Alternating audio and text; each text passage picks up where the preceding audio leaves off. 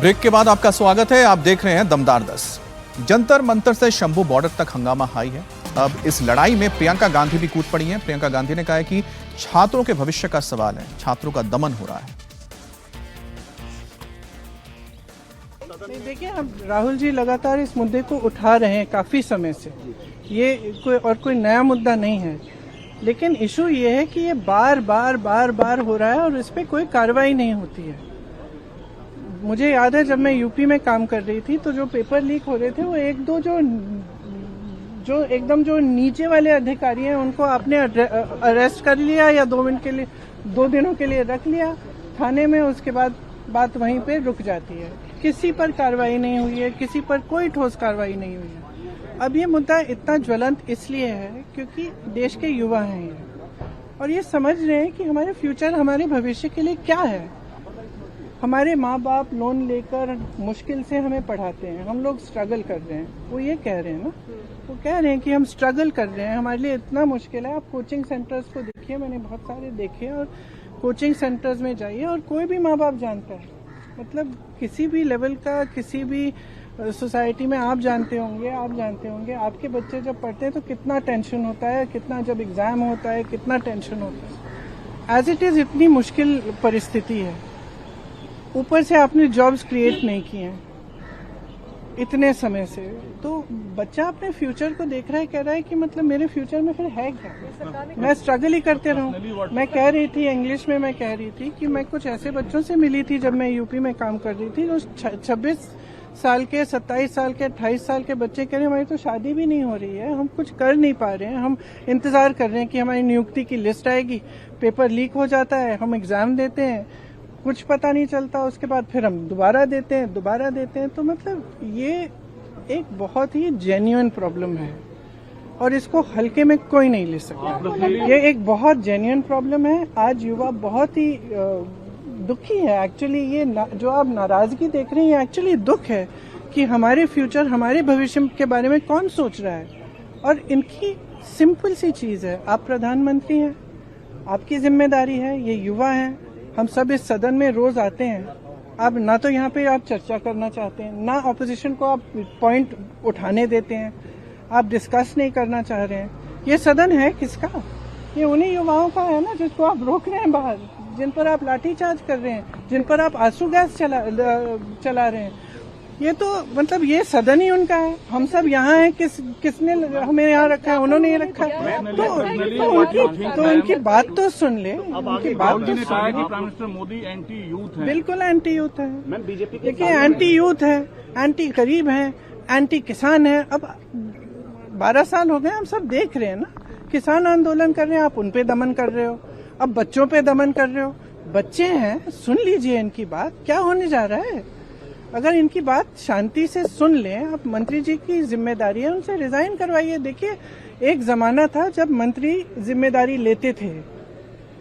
मुझे याद है एक ट्रेन का एक्सीडेंट हुआ था शायद 80s में, अगले दिन उन्होंने इस्तीफा दिया। जो मंत्री रिस्पॉन्सिबल थे, जो उसके समय के रेल मंत्री थे, तो इस्तीफा दीजिए, जिम्मेदारी लीजिए, और सबसे जरूरी तो यह है कि सिस्टम को दुरुस्त करिए।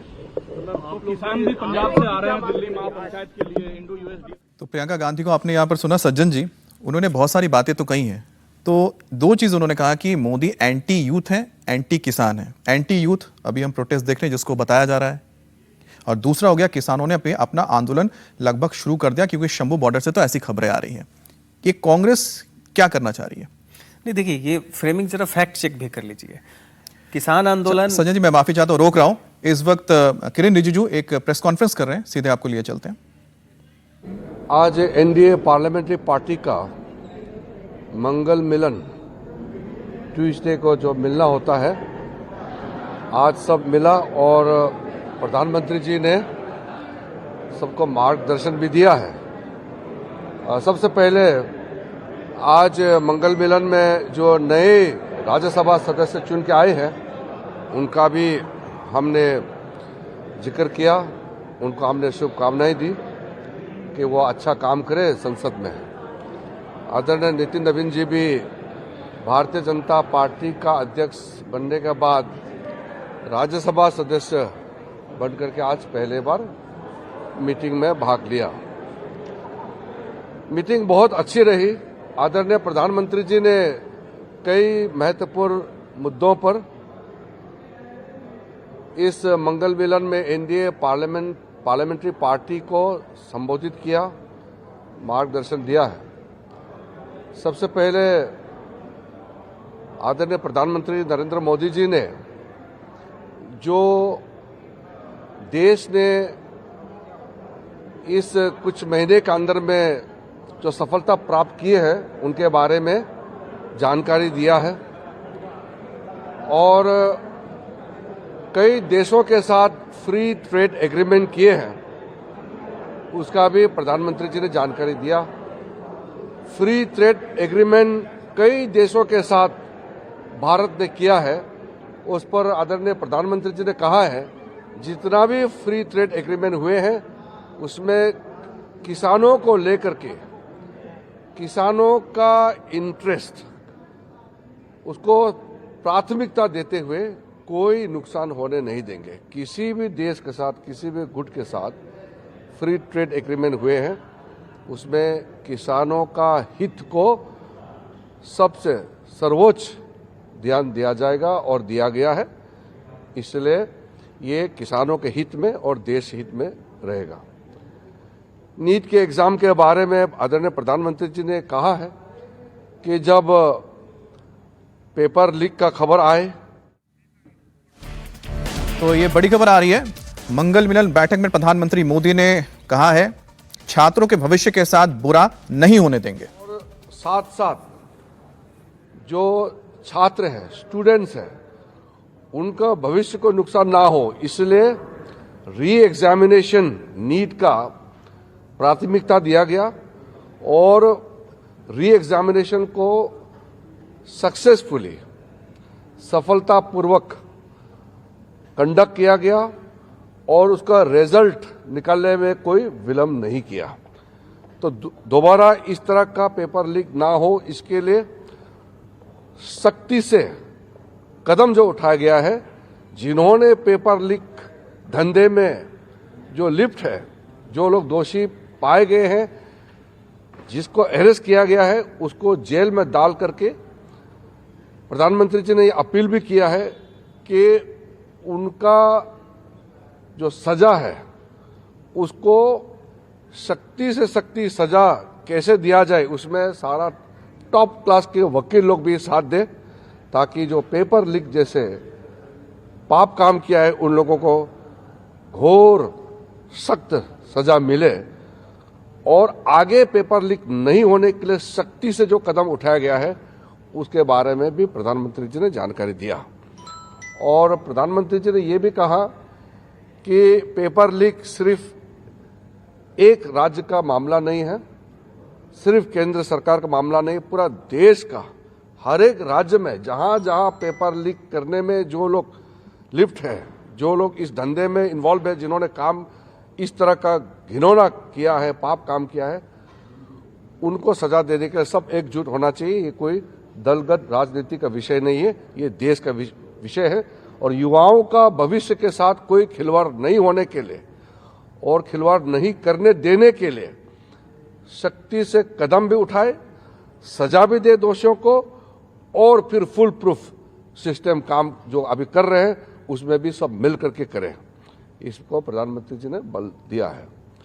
और साथ में अभी जो सत्र, जो मानसून सत्र चल रहे हैं उसमें पूरा एनडीए सकारात्मक भूमिका निभाएंगे। हम देश के लिए जो भी बिल्स, बिजनेस लेके आए हैं इसके लिए पूरा एनडीए एकजुट होकर के हम इसको पारित कराएंगे और हम विपक्ष के साथियों से भी हम अनुरोध करते हैं कि हम मतभेद हो सकते हैं अलग अलग पार्टियों का, लेकिन संसद देश के लिए, देश का भविष्य के लिए, युवाओं के लिए काम करे और इसके लिए हम संसद के सदस्य चुन के आए हैं, सब मिलकर के काम करें, इसमें बल दिया। धन्यवाद। Did PM speak anything about yesterday's protest? Prime Minister had stated very clearly that all those who were involved in paper leaks, in the recent NEET paper leaks, are arrested. 13 of them are put into jail, and Prime Minister desires that these people should be given most stringent possible punishment. And also Prime Minister stressed that to prevent any future leaks for any examination for any state, we must come together to ensure that no matter these people, this gang, these people who are involved in paper leaks, they should be not only punished, but future leaks should be prevented by all stakeholders coming together for the sake of the youth of our country. The safety, security, and for the future prospect of our youth are our priority. So Prime Minister Modi ji has stressed that the youth of the country will not only be given full assurance for prevention of future. तो इस वक्त की बड़ी खबर आपको बता दें, प्रधानमंत्री मोदी ने जो इस वक्त बैठक ली थी उसमें उन्होंने नीट पेपर लीक को बड़ा बयान दिया है। उनका कहना है कि जो भी इसके लिए दोषी हैं उनको कठोर से कठोर सजा दी जाएगी और साथ ही जो छात्र हैं, जो देश के युवा हैं, उनका भविष्य नहीं बिगड़ने दिया जाएगा, उनके साथ बुरा नहीं होने दिया जाएगा। तो प्रधानमंत्री मोदी ने इस पूरे मामले पर अपनी नजर बनाए रखी थी। प्रधानमंत्री मोदी ने साफ कहा है कि नीट पेपर लीक में जो भी दोषी हैं उनको बख्शा नहीं जाएगा, उनके खिलाफ सख्त कार्रवाई होगी। सज्जन जी, प्रधानमंत्री मोदी इस बात को लेकर कंसर्न है, उन्हें पता है क्या हो रहा है और ये जाहिर करता है कि प्रधानमंत्री कोई ना कोई कदम उठाएंगे आगे चलकर। नहीं, निश्चित तौर पे ये बात देखिए बहुत ही बढ़िया है कि प्रधानमंत्री इसका संज्ञान ले रहे हैं और एनडीए की मीटिंग में इस बात को प्राथमिकता के साथ कह रहे हैं कि इस पे कोई भी टॉलरेंस नहीं होगी, इस पे सख्ती से कदम उठाई जाएगी।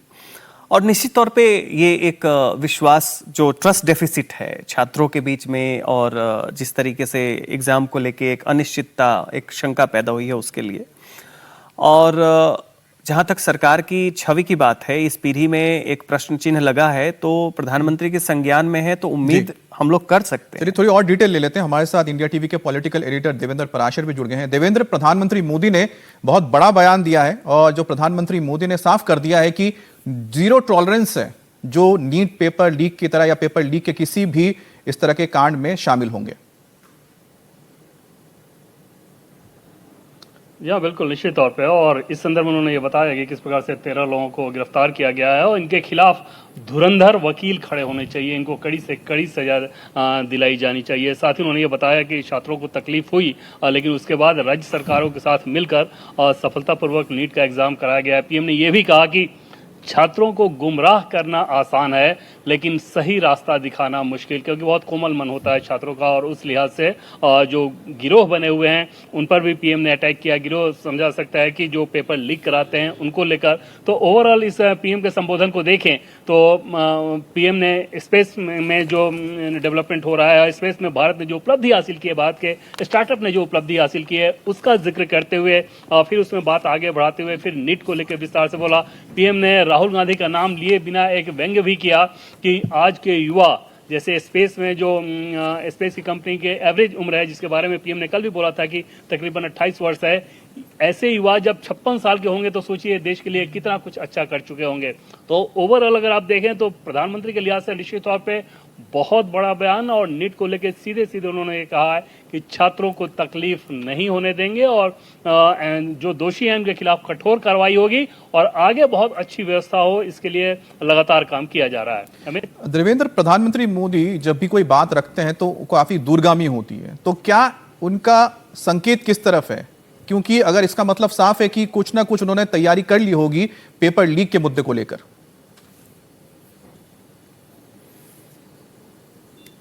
ऑलरेडी पेपर लीक के बाद आप देख रहे हैं कि उसमें कानूनी कार्रवाई चल रही है और 13 लोगों को गिरफ्तार किया गया है। और प्रधानमंत्री का ये कहना कि इनके खिलाफ धुरंधर वकील हो, ये अपने आप में ये बताता है कि इनको कैसी कठोर सजा दिलाई जाएगी। साथ ही साथ पीएम ने ये भी कहा कि राज्य सरकारों के साथ मिलकर ये एग्जाम बेहतर कराया गया है और समझा सकता है कि आगे अगले साल को लेकर ऑलरेडी शिक्षा मंत्रालय जो सिफारिशें हुई थी उन राधाकृष्णन कमेटी की उन सिफारिशों के हिसाब से शिक्षा मंत्रालय ऑलरेडी अगले साल नीट को लेकर अपनी तैयारी शुरू कर चुका है। तो ओवरऑल निश्चित तौर पे समझा जा सकता है कि जिस प्रकार से नीट का पेपर लीक हुआ उसको लेके छात्रों को जितनी समस्याएं हुई, तकलीफ हुई, उनके परिवार वाले को जितना कष्ट हुआ, उन सारी चीज़ों को इस संजीदगी के साथ समझते हुए नरेंद्र मोदी की सरकार आगे की व्यवस्था में जुटी हुई है। साथ ही साथ जिन लोगों ने उस काम को अंजाम दिया है, जिन गिरोह ने उन काम को अंजाम दिया है, उनके खिलाफ कठोर कार्रवाई की बात की जा रही है और कठोर कार्रवाई की बात पीएम द्वारा ही कही गई। और इसके अलावा ये कहना कि प्रधानमंत्री के द्वारा कि छात्रों को गुमराह करना आसान है, समझा जा सकता है कि जो प्रोटेस्ट जिस प्रकार की चीजें चल रही है उन पर ही ये निशाना है कि बहुत आसानी के साथ आप उनके इमोशन को भड़का सकते हैं, लेकिन कोई ठोस कंस्ट्रक्टिव सजेशन नहीं दे सकते। जी बहुत बहुत धन्यवाद आपका देवेंद्र। अब जंतर मंतर पर जहां पर सीजेपी का प्रोटेस्ट चल रहा है, तो वहीं पर शंभू बॉर्डर पर भी बड़ी संख्या में प्रदर्शनकारी किसान जुटे हैं। अमेरिका भारत ट्रेड डील के विरोध में पंजाब के किसानों ने आज दिल्ली कूच का ऐलान किया है। शंभू बॉर्डर पर पंजाब के किसान इकट्ठा हुए हैं, जिसे देखते हुए हरियाणा पुलिस ने शंभू बॉर्डर पर इसे ब्लॉक किया है, बंद करके रखा हुआ है। बॉर्डर पर भारी पुलिस तैनाती की गई है। शंभू बॉर्डर पर कंक्रीट के स्लैब रख दिए गए हैं, बैरिकेडिंग कर दी गई है, जेसीबी मशीन खड़े हैं ताकि प्रदर्शनकारी किसान अगर किसी भी तरह से आगे बढ़ने की कोशिश करते हैं तो उनको रोका जा सके। ये 6 तस्वीरें आप देख रहे हैं कि किस तरह से शंभू बॉर्डर को इस वक्त पूरी तरह से सील कर दिया गया है। आपको याद होगा कुछ महीने पहले तक भी यहां पर इसी तरह से लंबा गतिरोध लगा हुआ था और यहां पर एक बार फिर से वैसे ही हालात बनते दिख रहे हैं। पुनीत परिंजा हमारे साथ जुड़ गए। पुनीत, आप क्या तस्वीर दिखा सकते हैं, क्या जानकारी है, कितने किसान अब तक जुट चुके हैं और कौन इनकी अगुवाई कर रहा है? देखिए, सबसे पहले मैं आपको जो तस्वीर दिखा रहा हूं इस वक्त आप देखेंगे सामने एक तरफ ये शंभू बॉर्डर है। हालांकि उतनी सिक्योरिटी नहीं है यहाँ पर जितनी कि पिछले साल थी कि पक्के स्लैब जो थे उनको स्ट्रक्चर जो था वो खड़ा कर दिया गया था। हालांकि इस बार सुबह ही इन्होंने ये सब जो स्लैब हैं उनको रखा है।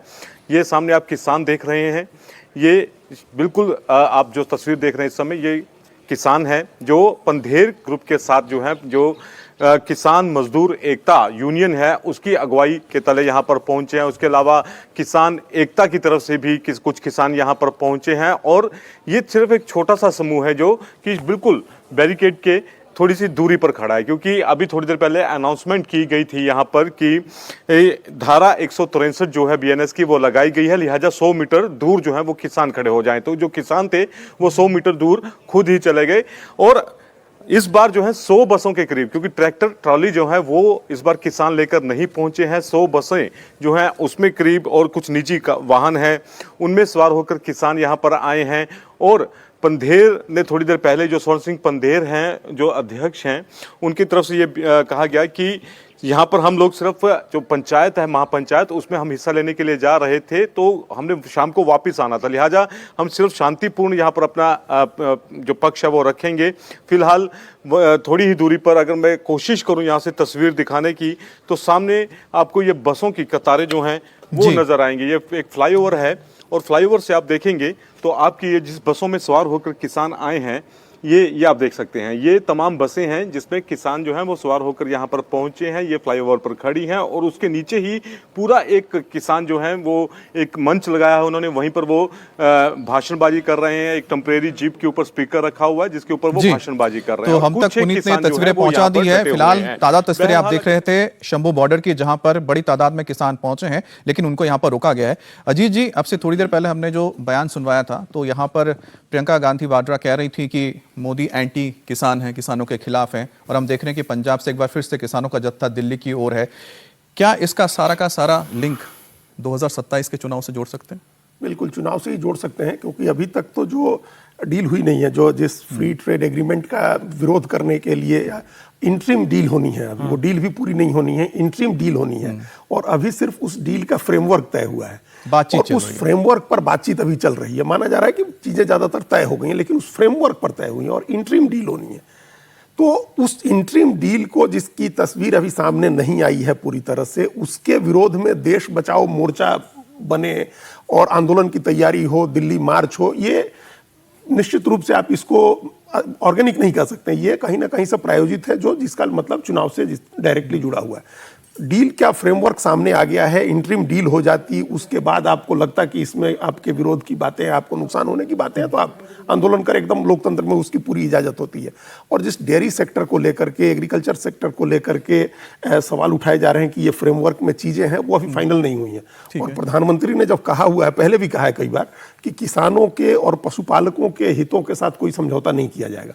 और ये बात जो डील हम लोगों की तरफ से कर रहे हैं, वाणिज्य मंत्री बार बार कह रहे हैं, तो उसके हिसाब से आप समझिए कि वो अभी इसकी जल्दी है, मतलब आप घोड़े के आगे बगी जोत रहे हैं, अभी आपकी इसकी जरूरत नहीं है, अभी डील आने दीजिए, तो उसके बाद करिएगा। मुझे लगता है कि सज्जन जी, ये सब चीजें ऐसी चल रही होंगी कि जिस तरह से छात्रों का आंदोलन चल रहा है, तो उसके साथ साथ मौका मिला है तो एक और दबाव बनाया जाए सरकार के। देखिए, छोटा सा दीजिएगा क्योंकि ब्रेक पे जाएंगे। यूनियन को ये भी लगता है कि चूंकि अभी पार्लियामेंट का सत्र चल रहा है और पंजाब में चुनाव होने वाला है, तो इससे उनका दबाव जो है, प्रेशर टैक्टिक्स ज्यादा सफल होगा। क्योंकि एक छोटे सा ये याद रखिए, किसानों का आंदोलन हुआ था नंदीगढ़ सिंगूर में, गोली चली थी, यहां पे हुआ एक भी गोली नहीं चली। तो बहुत लोग जो डेमोनाइज करते हैं कि प्रधानमंत्री विरोधी है किसानों के, तथ्य के हिसाब से वैसा कुछ भी नहीं। बिल्कुल।